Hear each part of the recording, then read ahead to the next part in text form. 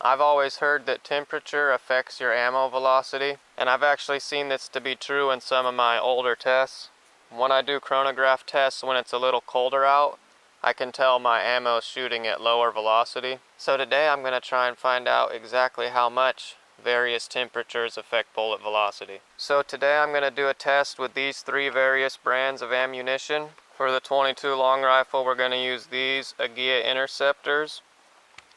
The 9mm is going to be these S&B 115 grain FMJs. And for the 223, we're going to use the Federal 55 grain FMJ bulk pack.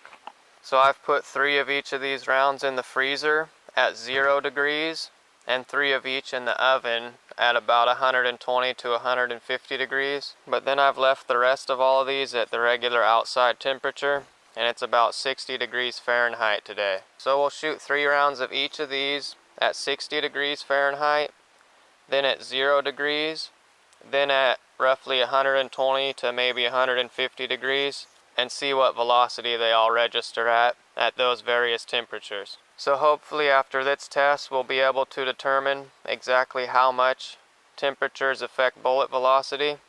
At least these 3 brands of ammunition set at those 3 various temperatures I've made them at today. Okay, so first we're going to try our 22 long rifle Agia interceptors out of a Ruger 1022. And the first rounds we're testing are the ones we left at regular outside temperature, so roughly 60 degrees Fahrenheit. Let's see what these come in at. Shot number 1 came in at 1258. Number 2, 1304. That's already a pretty big variation. And number 3 was 1232. Wow, that's already more than 70 feet per second of variation. And all 3 of those were at about 60 degrees Fahrenheit. Now let's try the ammo that we put in the freezer at 0 degrees. Okay, that first one came in at 1316. That's higher than any of the 60 degree ammo. Number 2, 1282. And number 3 was 1243. I'm not sure what was going on there. Maybe the gun was just warmed up from the first 3 shots. But it seems like our colder ammo almost shot faster than our regular outside temperature ammo. Now let's try our warm ammo that just came out of the oven. The first one came in at 1305. Number 2, 1276. And number 3, 1284. So between our hot, cold, and regular temperature ammunition, it didn't seem like there was much of a difference. At least not with the 22 long rifle. Maybe we'll see some difference between the 9 or 223. Now let's try the 9mm, first with our 60 degree ammunition. Our first round came in at 1128. Number 2, 1100 even. And number 3, 1103. Alright, now let's try our 0 degree 9mm. 1110. 1109. And 1098. Okay, now let's try our hot 9mm.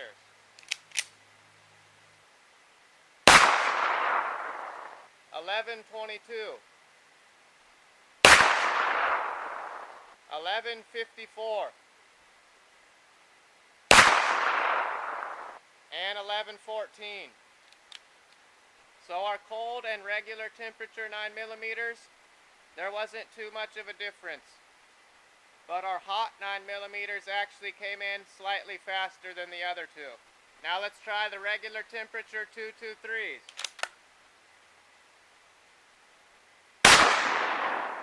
3087.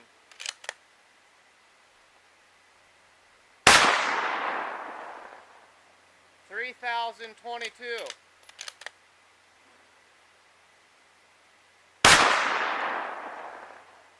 and 3002. And now the frozen 223s.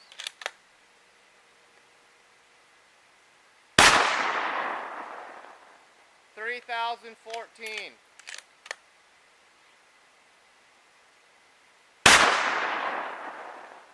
$3,035.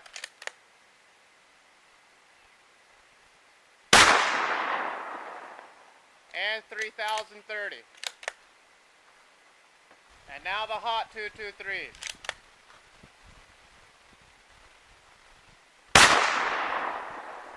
$2,809.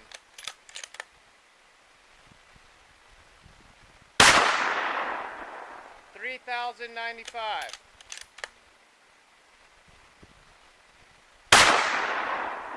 And 3,064. So the results from this test were kind of strange. With the 22 long rifle, our fastest recorded shot was actually from the frozen ammo at 13-16 feet per second. And our slowest recorded shot was from the regular temperature ammo at 12-32 feet per second. The regular ammo came in on average less than the frozen, but our ammo warmed in the oven actually came in slightly faster on average than the other two.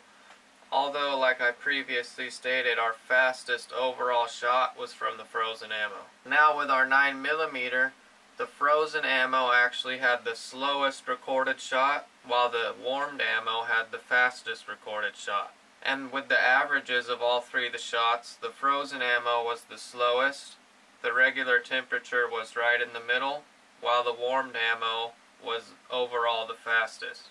So the 9mm was a little bit more how I expected this test to turn out, although still there was actually a negligible difference, with the frozen ammo's average being 1105 and the oven ammo 1130. I still don't think that's a big enough variation to make that much of a difference. And with our final test, the 223, it appears we had the strangest results of all. Going by just the average of all three rounds, our ammo warmed in the oven had the slowest average and the lowest energy. But that's only because for some reason our first shot came in at only 2809, which was the lowest of any of the 223 shots. But then our oven ammo also had the fastest recorded 223 shot at 3095.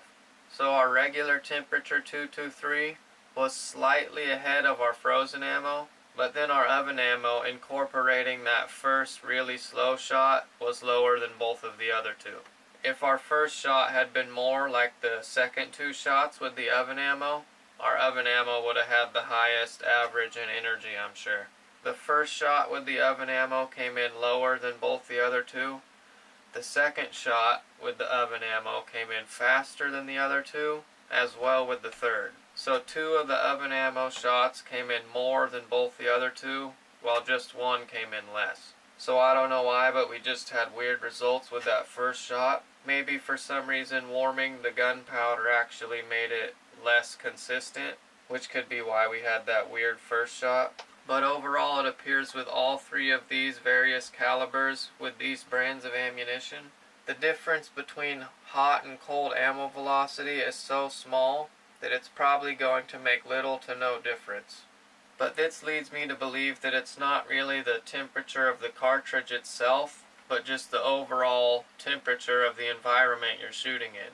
Because I still think from various tests that I've performed in the past, when it's cold out, my bullets usually chronograph a little bit slower than when it's warm out. So maybe it's not really the temperature of the cartridge itself, but it's just the density of the air, depending on how hot or cold it is, or something along those lines. So in conclusion, I don't think the temperature of a cartridge itself is going to make that big of a difference.